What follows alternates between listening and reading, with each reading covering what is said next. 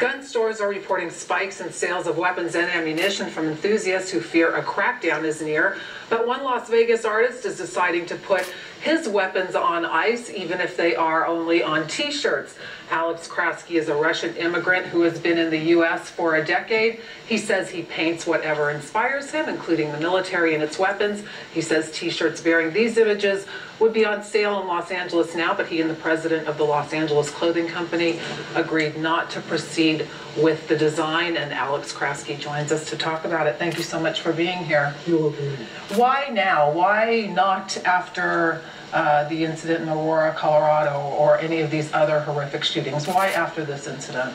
You know, I think that recent events basically affected everything. They affected art, everything what is going on in this country. So I have military background myself. I'm an ex-military, and all my family basically are military people.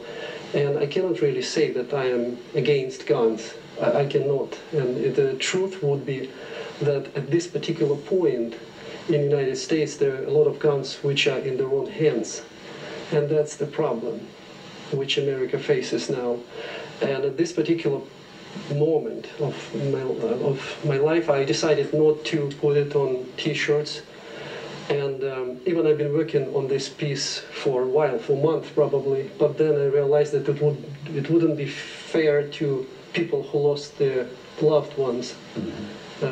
20 kids and several adults who were trying to protect them, and for me to put it on T-shirt, it's really disrespectful to these people. I mean, you heard the NRA on Friday blame essentially cultural influences in this country for the violence that we're seeing. I mean, you're part of the cultural complex, for lack of a better word. You're an artist. You know, people also blame video game makers. They blame Hollywood for the violence that they see in movies. How much blame does cultural America share in this situation that we're now in, do you think?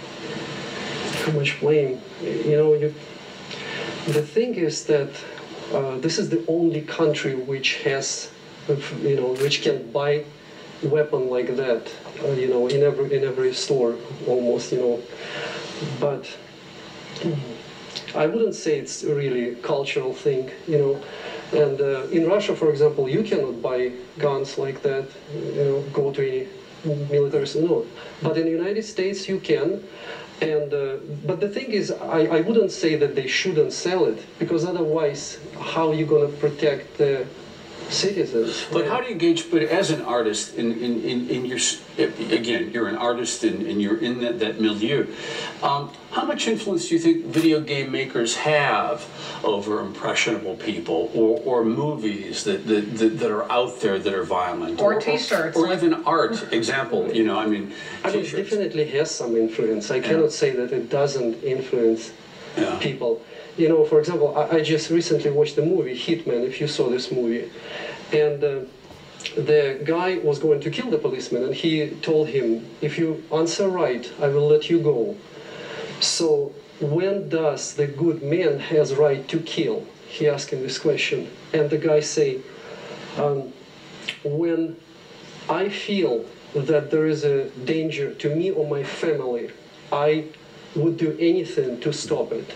Is this a permanent business decision that you've made, or are you going to revisit these designs sometime in the future? You know, maybe I will still revisit in the future, but not at this time, definitely. Have you gotten any backlash?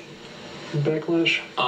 Any criticism for your decision to not market? Any gun advocates not really, mad at you? No, because the interesting thing that the model who is posing, the president of the company, who was going to do it, the bestseller basically on T-shirts, they refused. I mean, I told them that I changed my mind and I don't want to do that. I was expecting for them to tell me, you know, we don't care really because it's business thing. But they all sent me emails that they agree and they're not going to participate in that.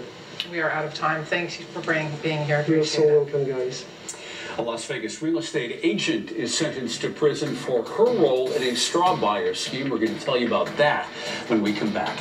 And a Las Vegas family gets an early Christmas present, more than $500,000 in principal reduction. Don't go away.